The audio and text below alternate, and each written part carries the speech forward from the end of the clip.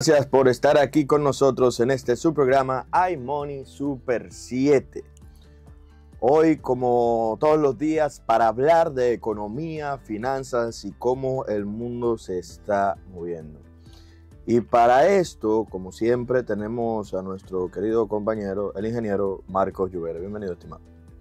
Muy buenos días para ti y para nuestros oyentes el día de hoy, martes 22 de julio. Marcos, una de las noticias que yo sé que a ti más te ha gustado en el día de hoy.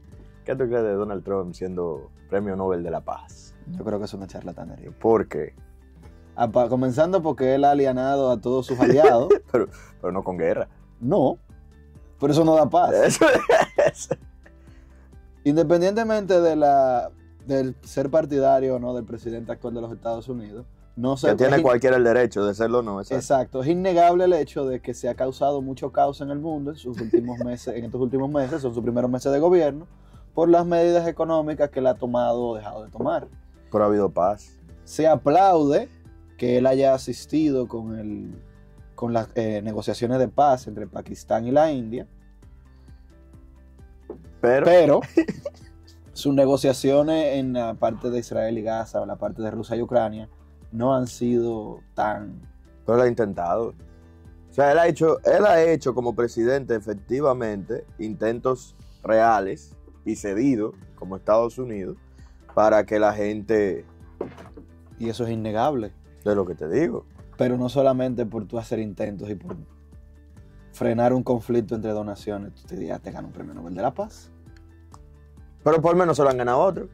Y eso está mal también. Pero lo que te digo es que al final, para mí, Trump merece más el premio Nobel de la Paz que Obama. Yo critiqué mucho a Obama cuando se lo dio. Pero es lo que te digo. Porque a Obama le dieron un premio Nobel por una guerra que él pausó. Y él mismo la activó. Yo creo que se lo quitaron después, ¿no? Yo no estoy seguro. Yo creo que eso no se quita, eso sí. Creo que sí. Bueno, el punto es Pero que... Yo critiqué mucho al presidente Obama precisamente por lo que tú dices. Eso es lo que te digo. Y Donald Trump, durante su primer gobierno, quitó toda la guerra y no la reactivó. Eso es debatible. Sí, pero él no. Porque Efectivamente. Él realizó muchos ataques aéreos a naciones que están en el Cuerno de África. Pero eso no era parte del proceso, de lo que ya existía. Después de todos los conflictos que tenía Estados Unidos. Porque Estados Unidos nunca estaba en paz, ¿eh? Eso, bueno. O sea, yo no sé quién es que se lo ha creído esa parte de que los Estados Unidos son el hombre más pacífico del mundo. Los gringos creen eso. Yo creo que ni ellos, ahora mismo. Pero Estados Unidos nunca está en paz. Entonces, cuando tú me digas, no, que siguen teniendo guerra, sí, eso está pasando.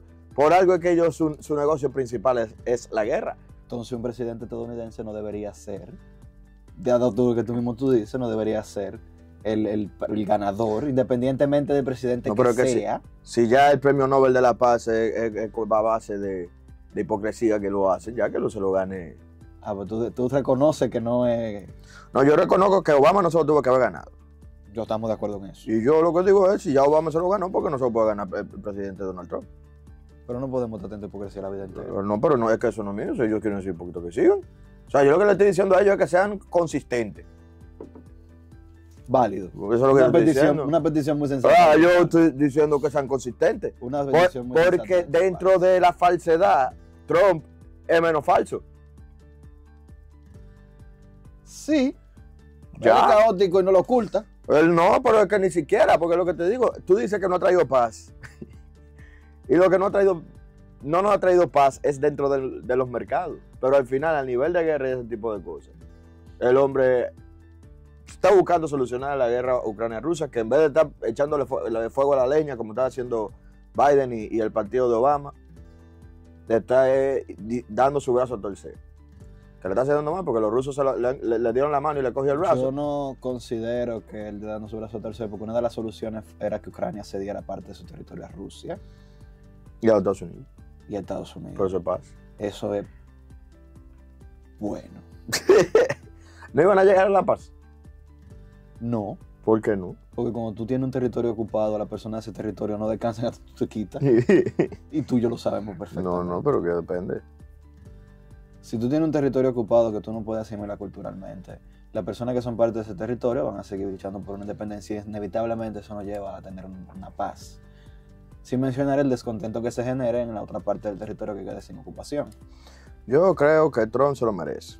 Yo creo que no. Yo desde el inicio, yo siempre lo pensé desde aquella vez, de que su primer gobierno para mí, a él le iban a dar su premio Nobel de la Paz. Lo que yo sí puedo decir es a favor de Trump es que él logró, y eso yo creo que es un hito. Pero a él no le gusta, a la gente no le gusta que él hable mucho, ese es el problema. Él logró que China, Corea del Sur y Japón se hablaran en términos buenos, y yo creo que eso también es un logro. No, eso es lo que te digo, entonces.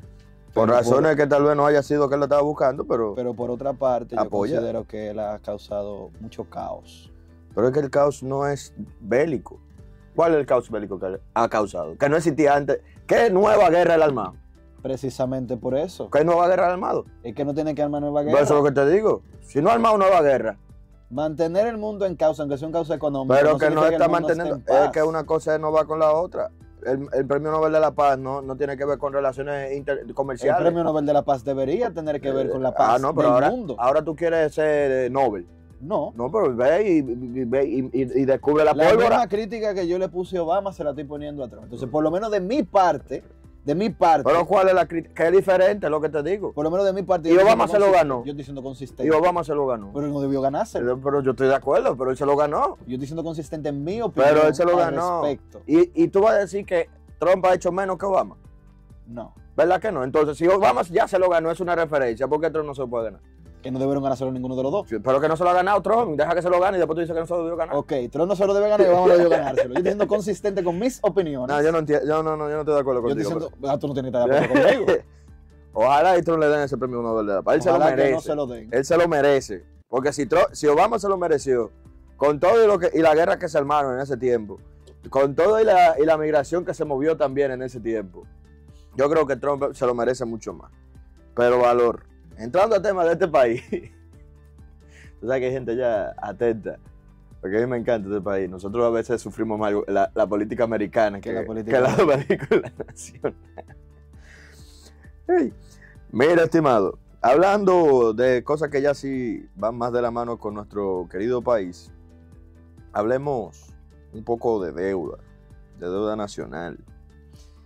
Nuestro país está en una etapa importante que yo nunca he criticado, que yo siempre he visto como algo positivo, que es que la gente cada día más le da un mayor peso o busca entender un poco más la deuda pública. Pero digo entender un poco más porque según nuestra visión, cada día más la gente ya no solamente dice la deuda está alta, tenemos un problema, sino más bien que comienzan a hacer un análisis más profundo de cómo realmente está la deuda. Sí, porque lo que más se escucha es el PRM cogió más préstamos. Y ahí vamos. Pero cuando vemos el PRM cogió más préstamos, eso es a nivel nominal, que es lo que también uno siempre ha intentado explicar en economía. Yo te voy a hacer una pregunta, Marcos.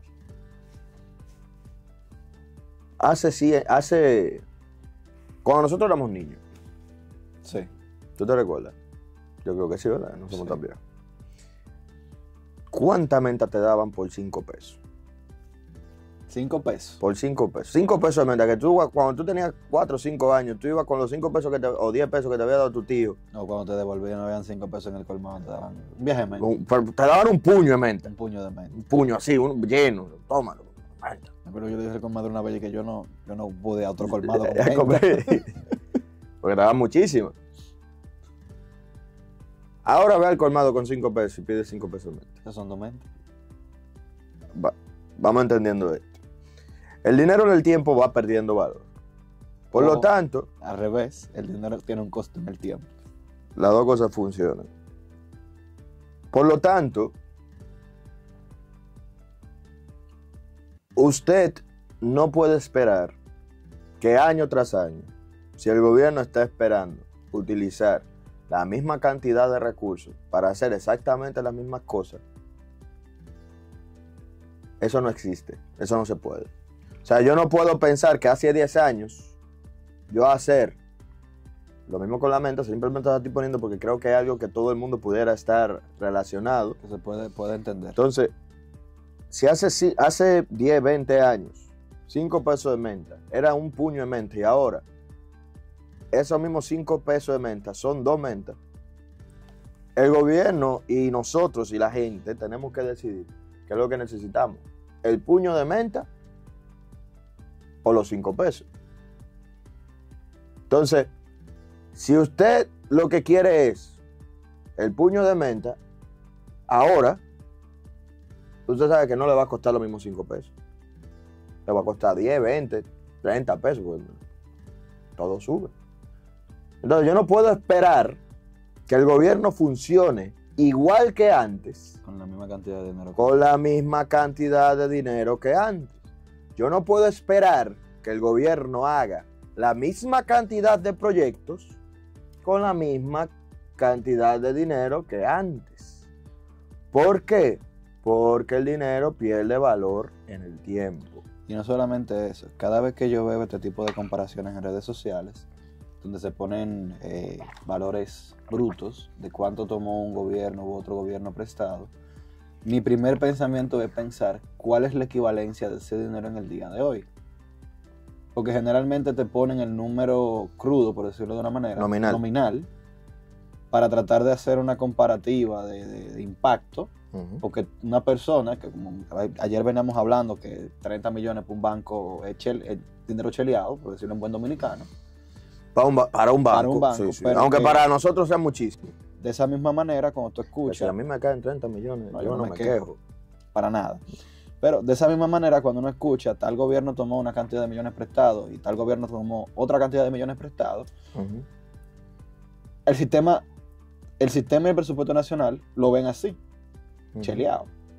Porque es parte de cómo se supone que se maneja el sistema.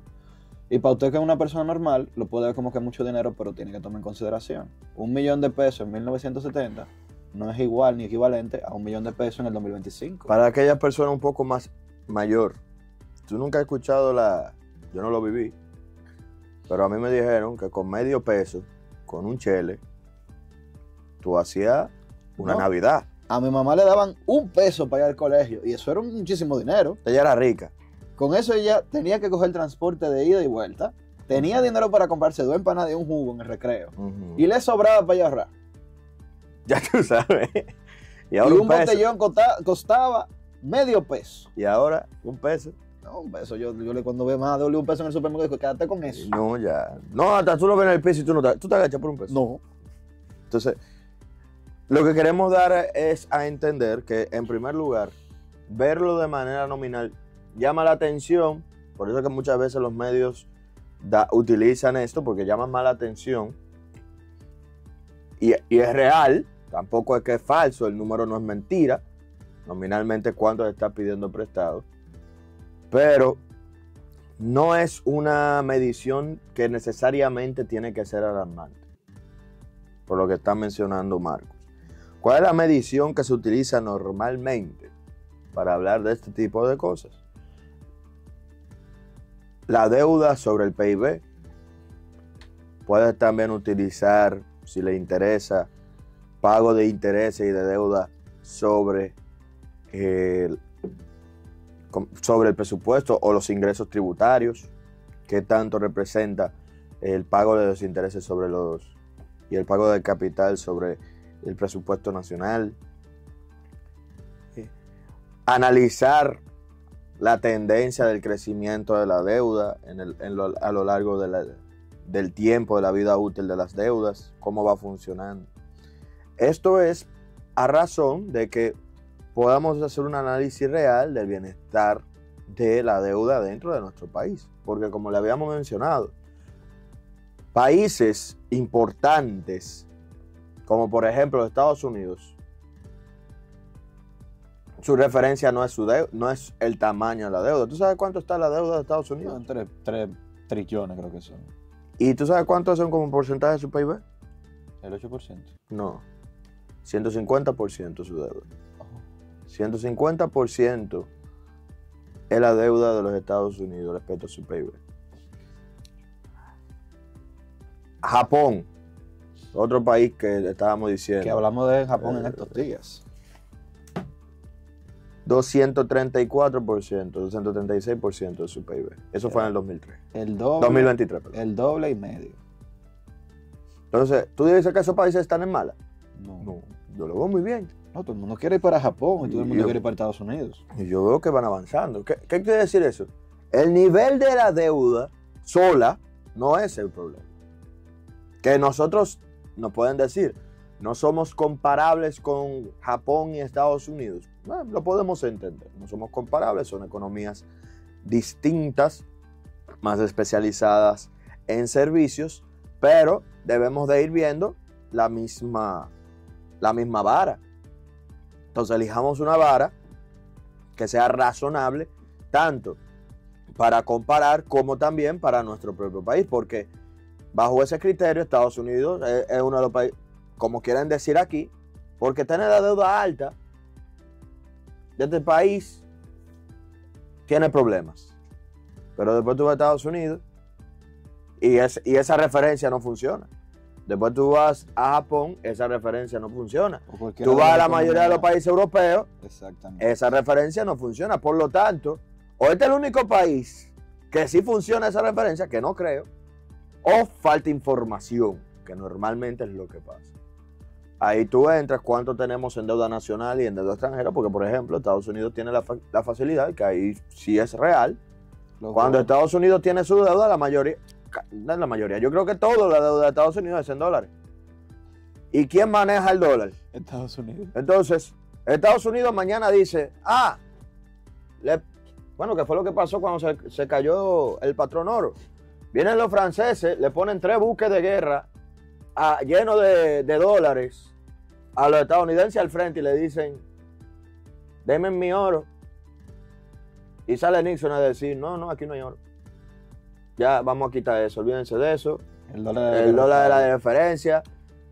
Vengan a hacer lo que ustedes quieran. Pero yo no lo voy a entregar eso porque se iban a ir por donde Dios lo mandó. Estados Unidos manejó muy bien el cambio de la referencia global de la economía. Sí, para su conveniencia. Sí, claro. Para su conveniencia, o sea, ellos controlan literalmente, esto no es teoría conspirativa ni nada de gobierno. Entonces eso es real. Estados Unidos controla la economía mundial a través de su moneda. Y ahí voy al detalle. Entonces, y ellos también, y tienen deuda. Y ahí voy. Cuando tú analizas esa deuda, tú dices, ok, Estados Unidos puede tener esa deuda alta, que es real, porque el 100% de su moneda, de su deuda, es de su moneda. ¿Y quién imprime esa moneda? Mañana Estados Unidos aparece todo el mundo y dice, Estados Unidos, pagan nuestra deuda, no te vamos a comprar más, comienza a pagar. Va a haber una inflación en Estados Unidos grandísima, pero ellos van a tener cómo pagarle a todo el mundo, ellos no caen en default. Porque eso es agarrar la maquinita de ese dinero. Total, el dólar es que respalda la economía del mundo. No vamos a ir todos por ahí mismo con ellos, pero mientras tanto, ellos no van a estar en default. Mala paga no van a hacer. Cada vez que vamos al detalle. Ni en default ni en legal. No, ellos no van a caer en legal ni nada de eso. Ellos van a pagar. Mala paga no van a hacer. No va a haber dinero para nadie porque el dólar no va a valer nada si ellos hacen eso. O sea que no creo que lo hagan. Pero mala paga no van a hacer. Entonces tú dices ahí, ok, República Dominicana, ¿qué tan en mal estamos?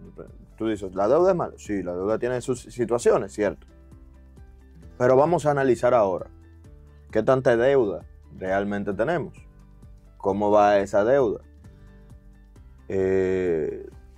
¿Cuánto es en moneda nacional, en moneda local y cuánto es en moneda extranjera? La nueva deuda completa es de moneda extranjera. O sea, todos esos factores son importantes para tú analizar si la deuda de verdad va a tener problemas o no. No es solamente decir está alta o está baja.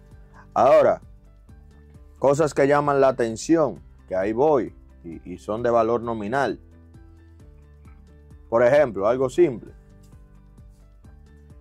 Que el gobierno dominicano presupuestó pagar este año en intereses unos 298.486.4 millones de pesos. Un dineral. Esto es más de 24.000 millones de pesos para lo que, o sea, esto viene siendo una cantidad exorbitante, ¿verdad?, para este año, y el año que viene, al 2026, ellos esperan que se destinen para esta misma tendencia, 322.560.9 millones de pesos. ¿Y qué pasa? Que esto va a representar un incremento de un 8%. Que yo le digo a la gente, esto sorprende. No, esto no debería sorprendernos. Lo que pasa está que ahí yo sí estoy de acuerdo y el gobierno está trabajando para eso, según sus políticas, es que nosotros no debemos de seguir aumentando la deuda. Debemos de comenzar a buscar fuentes de ingresos. ¿Por qué?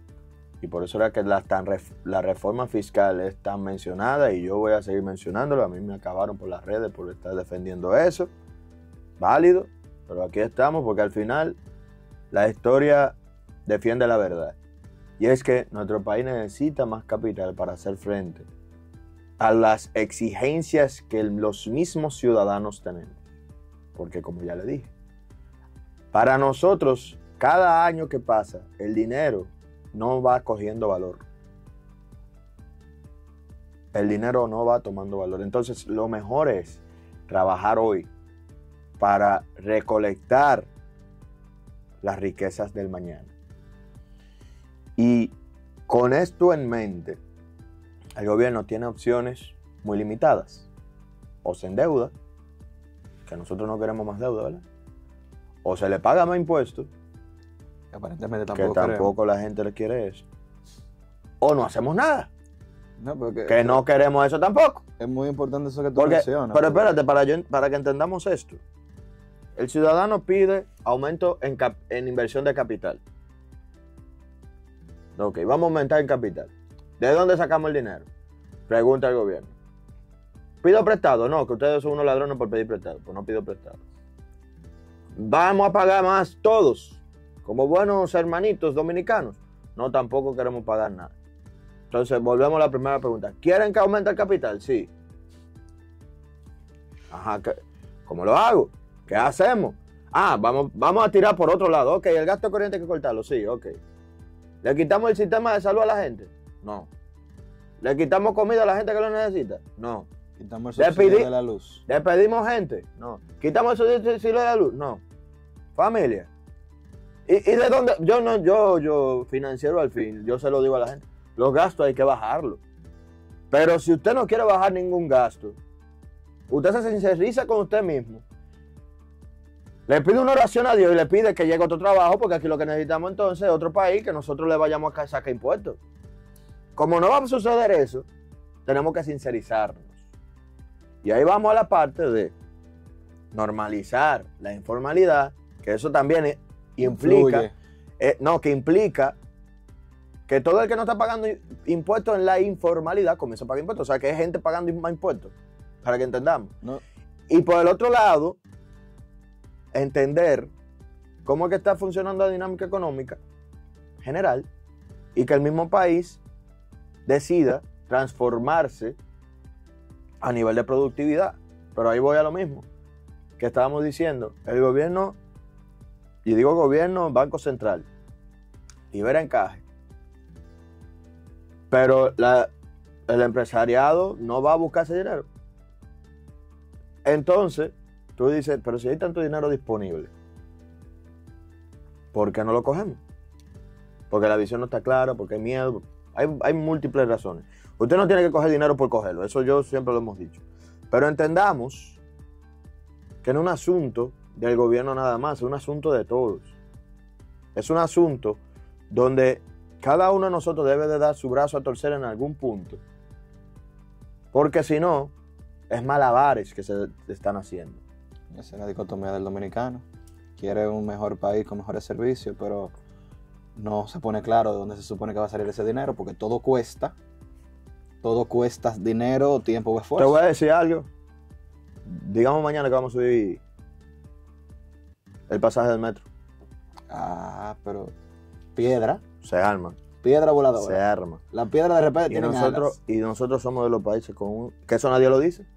El valor del metro aquí es baratísimo. Y que tenemos un metro para el metro que se tiene. Un metro bien limpio. Bien útil. Bien útil. Que le falta utilidad todavía, según yo, pero... Este metro no le envidia nada a ninguno de los metros de países grandes. Pero esos países te cobran hasta $5 solamente por pisarlo. 40 euros en España. No, ese es el Renfe. Así Creo. que- Ese no es el que va al aeropuerto. No. Ese es No, un no, poquito no. más caro. Pero el de España Pero- es una. Te permite usarlo el día entero, por lo Pero eso lo vemos después. Con esto dicho, lo que queremos es que creemos conciencia de que tenemos que dar nuestro brazo a torcer en algún punto. Sin embargo, también recalcar que tiene que ser en un punto inteligente. No es simplemente ceder a lo que diga el gobierno, sea cual sea el gobierno. No es simplemente criticar porque estoy en la oposición, sea cual sea la oposición, sino más bien analizar lo que se quiere como país y entender que los pasos se deben de dar de una manera firme y en conjunto. Gracias por seguir aquí con nosotros en este su programa iMoney Super 7. Estimados, nosotros aquí hablando de todo un poco, me gustaría, continuando con la visión de los Estados Unidos, entender algo que está sucediendo dentro de los mismos Estados Unidos que genera preocupación. Y genera preocupación porque para la República Dominicana, porque nuestro país, como bien sabemos, tiene una fuerte dependencia de los Estados Unidos. Dependencia que va desde que muchos ahorros en nuestro país se mueven en dólares, que muchos negocios en nuestro país se manejan en dólares O cobran en dólares. o se cobran en dólares. Se convierte a peso. Dependencia que va de mucho dinero que entra a nuestra nación, viene en dólares, turismo, remesas, y la gran cantidad de personas de la República Dominicana que viven en los Estados Unidos, que aunque no sería un impacto directo a nuestro país, es un impacto indirecto muy fuerte, porque lo único que implicaría si se genera una crisis económica en los Estados Unidos para la República Dominicana es que una buena parte del flujo de dinero que viene de allá no llegaría para acá y tuviéramos un inconveniente. Dicho eso, ¿cuál es la preocupación que debemos de ver? Y esta preocupación yo la menciono no porque podamos hacer nada, No hay mucho que los dominicanos puedan hacer. No, en este caso no depende de nosotros. No depende de nosotros. Sin embargo, sí depende de nosotros poder cubrirnos, cuidarnos y prepararnos para cuando esta situación suceda. ¿Tú entiendes que esta situación es inevitable? Y es que los Estados Unidos, sobre todo el presidente Donald Trump, está dándose a la tarea de manejar la Fed, que es la Reserva Federal de los Estados Unidos. ¿Tú entiendes que esto es inevitable? En otras palabras, es como que Abinader le comienza a bajar líneas al gobernador del Banco Central. ¿Qué significa eso? Un grave problema. Porque yo le hago la pregunta a ustedes. Abinader no tiene que ser Abinader, puede ser cualquier presidente. Si ustedes entienden que el jefe de gobierno, el presidente, ¿verdad?, es el que debería de estar manejando también la parte monetaria, preocupándose por la deuda del Banco Central, preocupándose por cómo se maneja el sistema financiero dominicano.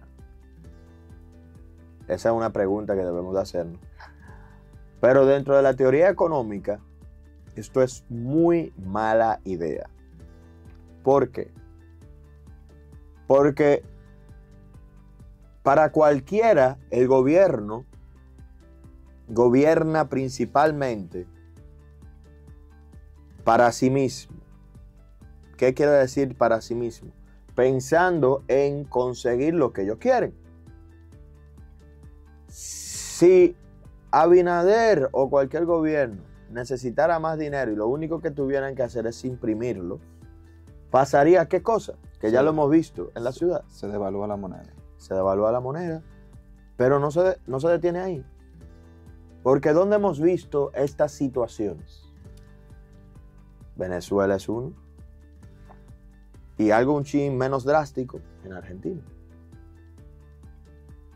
Que en Argentina, antes de Milei, se imprimía el dinero Como si fuese un papel normal. como que fuera nada. Y ahí es que veíamos esa gran inflación, porque nosotros nunca hablamos de Argentina, porque Argentina tenía tan de cerca o tan relacionado, ¿verdad?, a Venezuela, que Venezuela se veía 10 veces peor que Argentina. Pero sacando a Venezuela de la ecuación, Argentina se ve feo. Argentina está mal, o estaba mal. Estaba mal. No sigue mal, pero no está tan mal como antes a nivel de inflación. Porque una inflación de 2 dígitos mensual no es buena para nadie. Si nosotros con una inflación de 2 dígitos anual le estábamos gritando. Entonces, tenemos que entender esa visión. Que ahí entra el concepto. Entonces, piensen en eso y piensen que ahora la nación más poderosa del mundo, con la moneda que utilizamos todos, su gobierno comienza a hacer lo que se le dé la gana con su dinero, con su peso, con su moneda, con el valor de su moneda. Y sobre todo, que como bien ha mencionado Marcos, yo defiendo ciertas cosas. Yo no soy pro Trump, pero las cosas que él hace tendrán su visión de cada quien. Pero Trump hasta ahora no ha dado una visión real de que lo que esté buscando es el bienestar global, sino solamente el bienestar de su país. Que me parece correcto. America first. Que me parece correcto. Ojalá todos los presidentes fueran así, que sean, yo quiero lo mejor para mi país primero. Yo no le veo problema a eso, yo no puedo criticar eso. Yo lo veo bien. Sin embargo, de buenas intenciones, hay un dicho que dice que de buenas intenciones pavimentado el camino del infierno. Y a Trump yo le veo todas las buenas intenciones que él dice, pero su ejecución a veces puede ser más problemática que soluciones reales. E imagínense ese presidente gobernando el mundo entero, por un lado, con la potencia más poderosa del mundo, que son los Estados Unidos, y para colmo, manejando el sistema financiero global con la moneda más utilizada en el mundo. Entraríamos en una situación delicada y alocada en el sistema internacional, en donde lo que pasaría al momento después es, si esto sucede, que mucha gente, perdiendo de la confianza al dólar, transformaría o se refugiaría en otra moneda también, digamos, relativamente más fuerte. Para mí, ¿cuáles fueran estas monedas? El euro,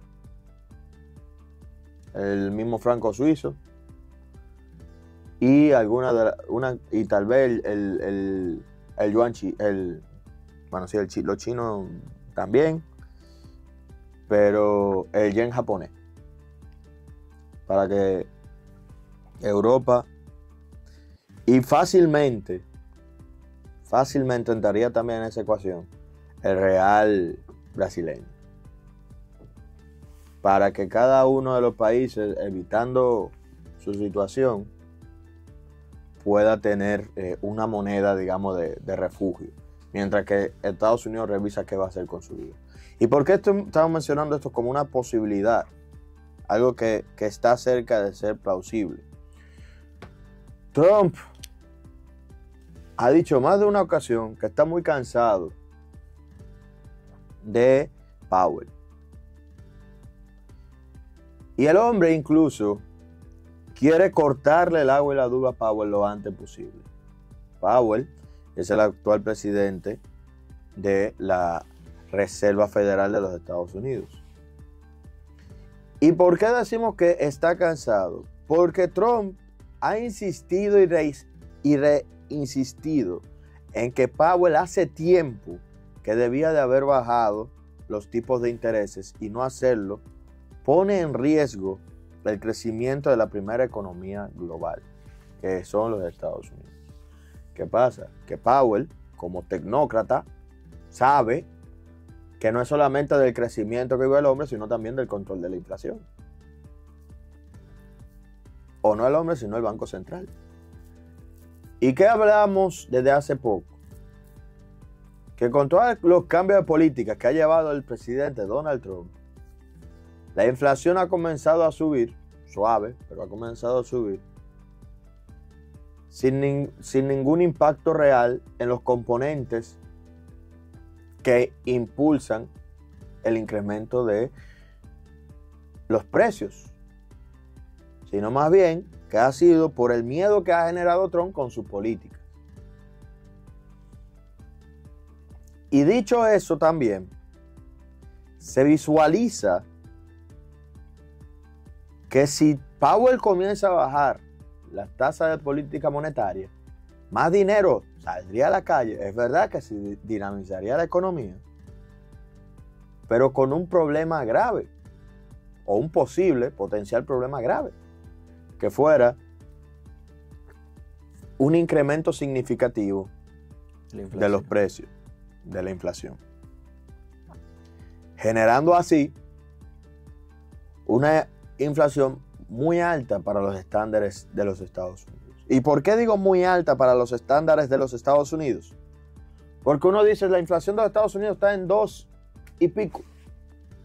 Ojalá la República Dominicana esté funcionando con una inflación de 2 y pico. Sí, estoy de acuerdo con ustedes. Pero la vida no funciona así. Para lo que nosotros es una inflación estable, decente, que la nuestra, el objetivo es más de un 3, entre un 3 y un 5%, o sea, un 4, más o menos un 1%. Para los Estados Unidos, más de un 2 ya es mucho. Es alarmante. Ya es mucho. Y digo más de un 2, que cuando llegamos a un 3, es un incremento del objetivo del 50%. O sea, ellos tienen como objetivo un 2. Si tú le pones un 3, están en su objetivo a nivel de 150%. Por lo tanto, es demasiado. Es un cambio muy brusco. Y ahí es donde va Powell a defender su gestión y a defender su país. Sin embargo, Trump tiene tiempo ya jugando y diciendo, hay que cambiar a Powell, él va a cambiar o quiere cambiarlo antes de que concluya su mandato, quiere hacer que suelte ese puesto y dice que lo va a hacer antes de que termine su mandato en mayo de 2026. Que tampoco es que falta mucho. O sea, a Powell no le queda mucho en la silla para que eso suceda. Ahora, el problema está en la presión. Porque ahora tú me preguntabas, ¿Trump tú crees que lo haga? Quitarlo. La verdad es que no creo que lo quite. Él mismo ha dicho que es muy poca la probabilidad de que lo haga. Es muy improbable que lo haga, que lo quite antes. Ahora, cuando ya llegue el momento, porque uno sabe que eso es lo que tiene de Estados Unidos, la burocracia, ¿verdad? Buena, sana, que al final no llega un presidente y hace lo que se da la gana, aunque a veces parece que sí, sino que hay procesos que se deben respetar, hay leyes que se respetan, hay instituciones jurídicas fuertes que el presidente no puede simplemente decir, hola, esta boca es mía. No. Inclusive la Corte Suprema le frenó el paso en mayo, cuando él empezó a hablar de destituir a Powell, de que él no tiene el poder sin una justificación real para destituirlo. Entonces, todo esto es lo que defiende la estructura de los Estados Unidos. Sin embargo, lo estamos mencionando ahora de los impactos negativos que pudieran tener tanto en el mercado real como también en las especulaciones de las personas y en el futuro, porque la visión es que si Powell no ejecuta su visión, la de Donald Trump, lo van a quitar en mayo. O sea, simplemente una guerra avisada del proceso que se espera o esperan los Estados Unidos, que para finales de este año ellos pudieran estar viendo tasas de intereses más bajas. ¿Y por qué digo que los estadounidenses están esperando eso? Porque todo el mundo está, como estamos nosotros ahora mismo,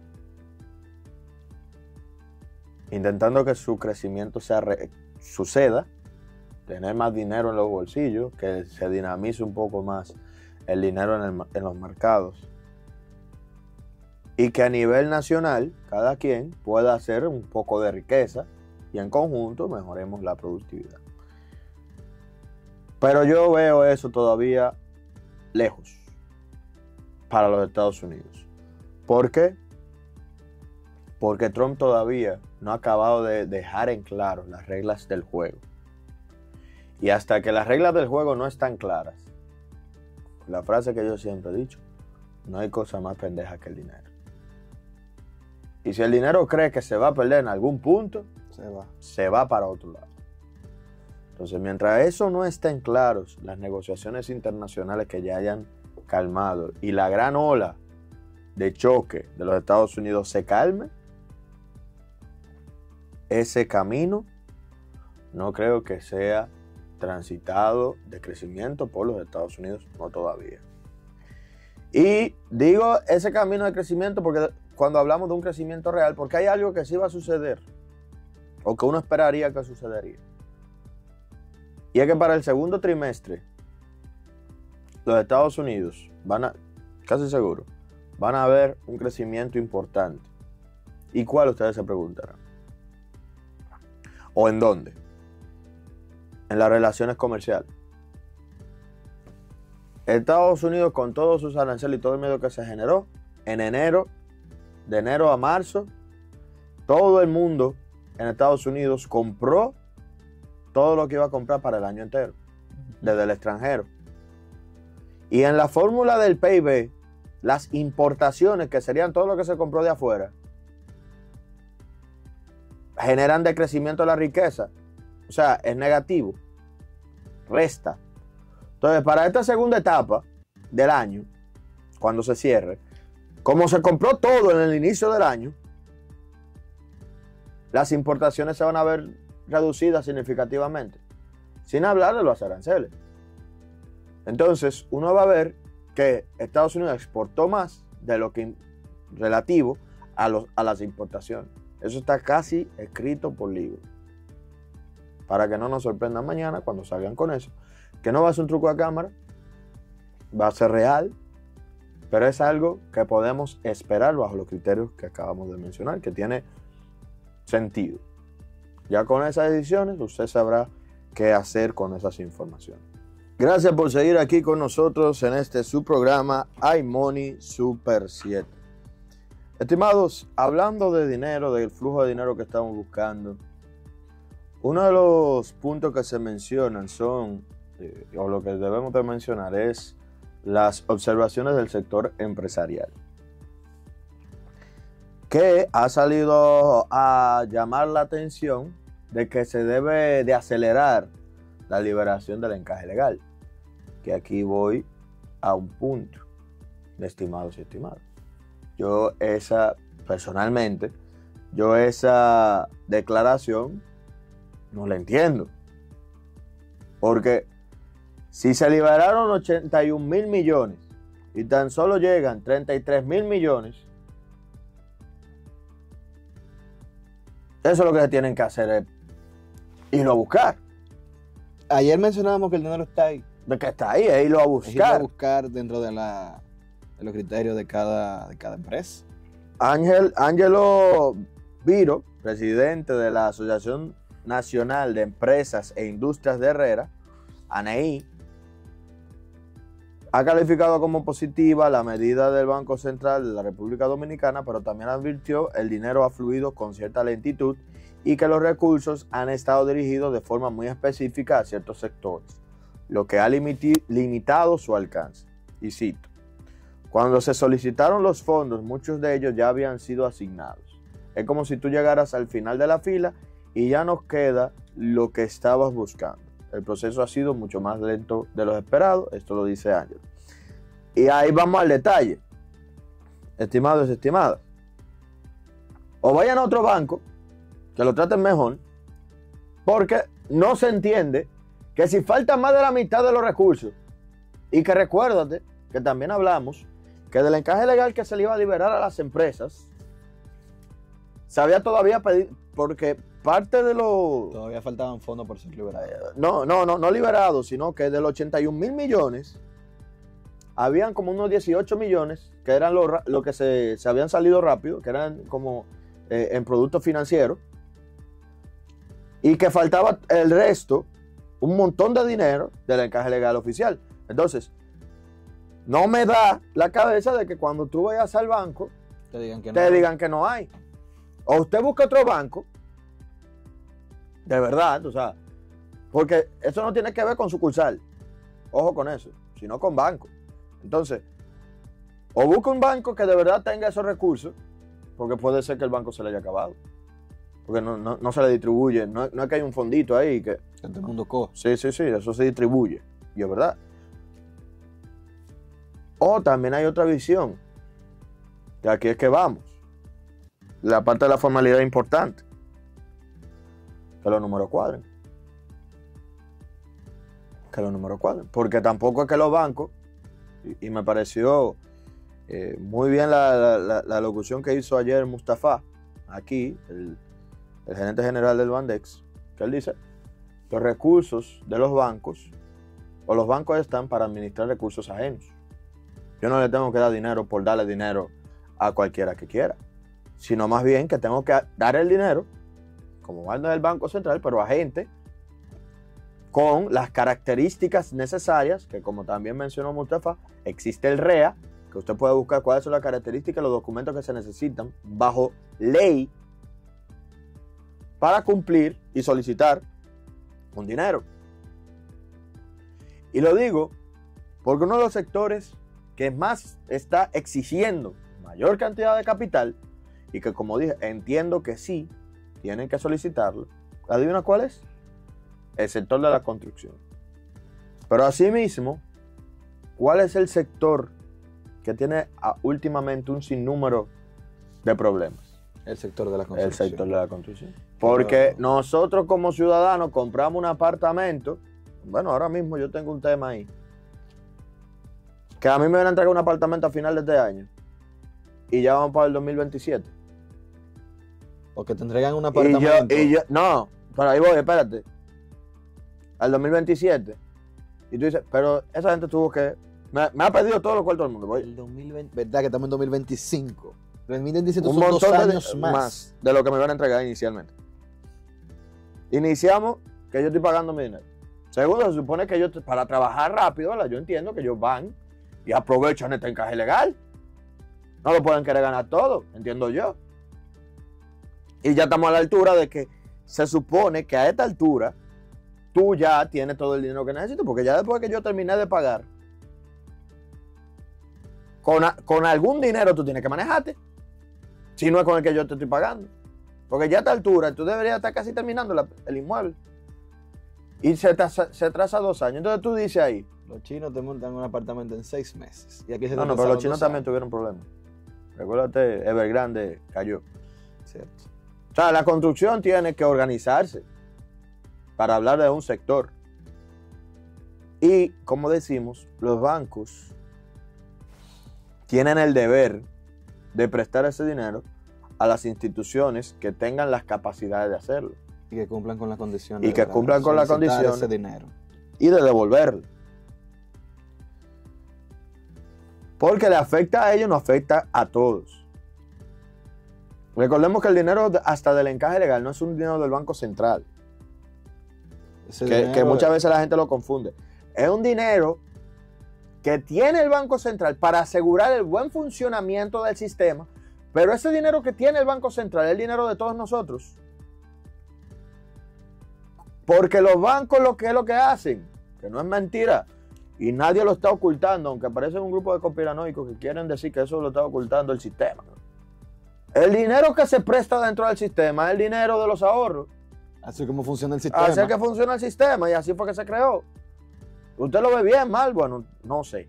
Esos son los intereses. Pero así es que funciona. Entonces, cuando el Banco Central libera dinero de encaje legal, es un dinero que por ley monetaria económica se ha resguardado para que cuando usted vaya a buscar su dinero, el dinero esté ahí. el dinero esté ahí. Porque usted tiene derecho a buscar su dinero cuando quiera. Y el deber del banco es tenerlo disponible. Porque es su dinero. ¿Verdad? ¿Verdad? Entonces, hay que entender eso. Entonces, a los empresarios, que ya tenemos que ir terminando el programa, a los empresarios, a las personas que quieren seguir avanzando, a los emprendedores, vayan, acérquense a las instituciones financieras. Pero tenemos que saber que si una institución financiera te dice, ya no tengo dinero, revisen a ver cuál fue la institución que ustedes fueron. O revisen cuáles son las condiciones del encaje que tienen. Porque, por ejemplo, yo sí sé, porque ya investigamos, que hay instituciones financieras, no vamos a decir nombres, que sí tienen encaje, pero tienen el detalle que tal vez tú quieres ir como persona física y te dicen, no, es que eso no es para persona física. El encaje que tenemos es para mi pyme, un ejemplo, es para mediana empresa, es empresarial, porque no es solamente soltar dinero por soltarlo. Tienen estrategia, tienen una razón de ser. No es para que tú vayas, para que entendamos, no es para que tú vayas a solicitar un préstamo para irte de vacaciones con tu familia. Se supone que tiene que ser un préstamo productivo. Ahí vamos al detalle. O sea, tenemos que entender para qué son los préstamos que se liberaron y si entran dentro de la necesidad que usted tenga, que ojalá sí, que es una muy buena oportunidad, vaya al banco. Yo al revés, yo les digo a todos ustedes que nos escuchan, vayan al banco, pasen 5 minutos por allá. O 20 minutos. A ver si califican. A ver si califican y consiguen un préstamo. Y consiguen ese préstamo al 9%, que es un préstamo muy bueno. Primero, es un préstamo muy bueno. Segundo, le va a ayudar a hacer su negocio. Y tercero, es para que avance usted y su familia. Pero, quiero aclarar que esto es luego de llevar un proceso y que ojalá cada uno que nos escucha pueda acceder a eso, porque hay mucho dinero todavía disponible en encaje legal y que puedan utilizar. Marco, con esto dicho, hemos llegado al final del programa. Queremos agradecerles a todos ustedes por su sintonía. Estuvieron con ustedes Marcos Lluveres y un servidor, Joan Monegro. Recordarles que nos pueden seguir en las redes sociales como @iMoneyRadio y desearles un muy buen día. Sigan en sintonía en esta su emisora, la Super 7.